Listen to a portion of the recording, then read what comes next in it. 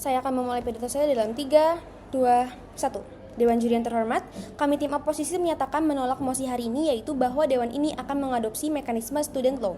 Sebelum menyampaikan argumentasi, saya akan menanggapi beberapa poin mekanisme dan asumsi yang telah disampaikan oleh tim afirmatif tadi. Yang pertama, terkait fleksibilitas pembayaran, seperti potong gaji otomatis setelah lulus. Mekanisme ini mengasumsikan pasar kerja atau ketersediaan lapangan pekerjaan kita selalu siap menerima seluruh lulusan universitas secara instan. Faktanya, pada status quo masih menghadap tantangan besar terkait angka pengangguran terdidik dan lapangan pekerja yang sangat kompetitif. Ketika lulusan belum mendapatkan pekerjaan atau hanya mendapatkan pendapatan upah yang sedikit atau setara UMR, beban psikologis dan finansial dari akumulasi utang tersebut akan tetap berjalan dan justru memperlambat kemampuan finansial awal merdeka untuk mereka mandiri. Kenapa? Karena tadi mereka malah fokus untuk membayar utang tersebut daripada mengejar cita-cita setinggi langit. Yang kedua, terkait anggapan bahwa tekanan utang berfungsi sebagai motivasi positif bagi mahasiswa. Pernyataan ini justru malah meromantisasi mental health dan juga tekanan finansial. Motivasi akademik terbaik harusnya lahir dari motivasi intrinsik atau motivasi dari diri sendiri. Harusnya lahir dari kebiasaan belajar yang sehat, rasa ingin tahu yang besar, dan cita-cita setinggi langit. Menambahkan faktor tekanan finansial sistematis sejak masa kuliah justru beresiko besar akan mengurangi fokus belajar mahasiswa, memungkinkan angka stres, dan juga mengganggu produktivitas alami mereka di dalam kampus. Selanjutnya, kami berdiri pada prinsip di mana pendidikan adalah investasi sosial jangka panjang yang biayanya harus difokuskan pada stabilitas dan kepastian. Memberikan utang kepada kaum marginal atau kaum yang rentan hanya akan mempersulit mereka. Maka saya akan menegaskan kembali bahwa adanya resiko besar pada tekanan finansial dan beban untuk melunasi utang. Dan seperti yang kita tahu, jika kita berhutang, pastinya bunganya akan naik per tahunnya. Mereka padahal dalam melengkapi kebutuhan sehari-hari itu misalnya masih kesulitan. Maka sikap afirmasi adalah mempertahankan serta mengoptimalisasikan sistem jaminan pendidikan yang ada saat ini, yaitu melalui subsidi langsung berbasis kemampuan ekonomi pada UKT dan atau memperluas alokasi anggaran untuk beasiswa negara seperti KIP yang dievaluasi secara rutin dan dipastikan sasarannya. Selanjutnya kami akan masuk ke dalam argumentasi kami. Yang pertama adalah tujuan awal membuka akses kuliah adalah untuk memutus rantai kemiskinan.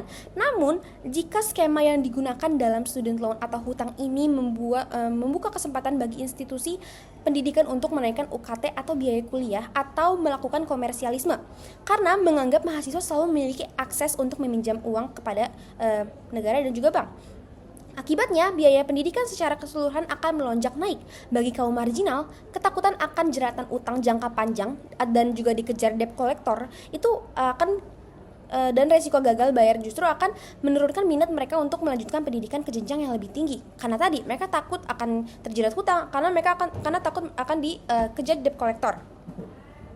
Hal ini bertentangan dengan tujuan membuka kesempatan pendidikan ke jenjang lebih tinggi tadi dan kuliah menjadi aksesibel, dan juga hak konstitusionalisme manusia atau masyarakat, yaitu pendidikan. Oleh karena itu, memprioritaskan skema utang tidak akan menyelesaikan akar masalah ketimpangan, melainkan menambahkan resiko memperpanjang lingkaran kemiskinan struktural, karena mereka akan fokus untuk membayar hutang daripada meraih cita-cita mereka setinggi langit dan membebaskan diri mereka dari kemiskinan struktural tadi. Yang kedua, bahwa tuntutan pembayaran utang di masa depan akan mengurangi fokus akademik mahasiswa dan membatasi potensi fresh graduates. Ketika mahasiswa belajar di bawah bayang-bayang beban finansial yang menunggu mereka, fokus utama mereka akan bergeser menjadi mengutamakan praktik atau pragmatis. Mahasiswa cenderung memilih jurusan yang dianggap paling cepat menghasilkan uang secara instan demi mengejar tenggat waktu pelunasan utang.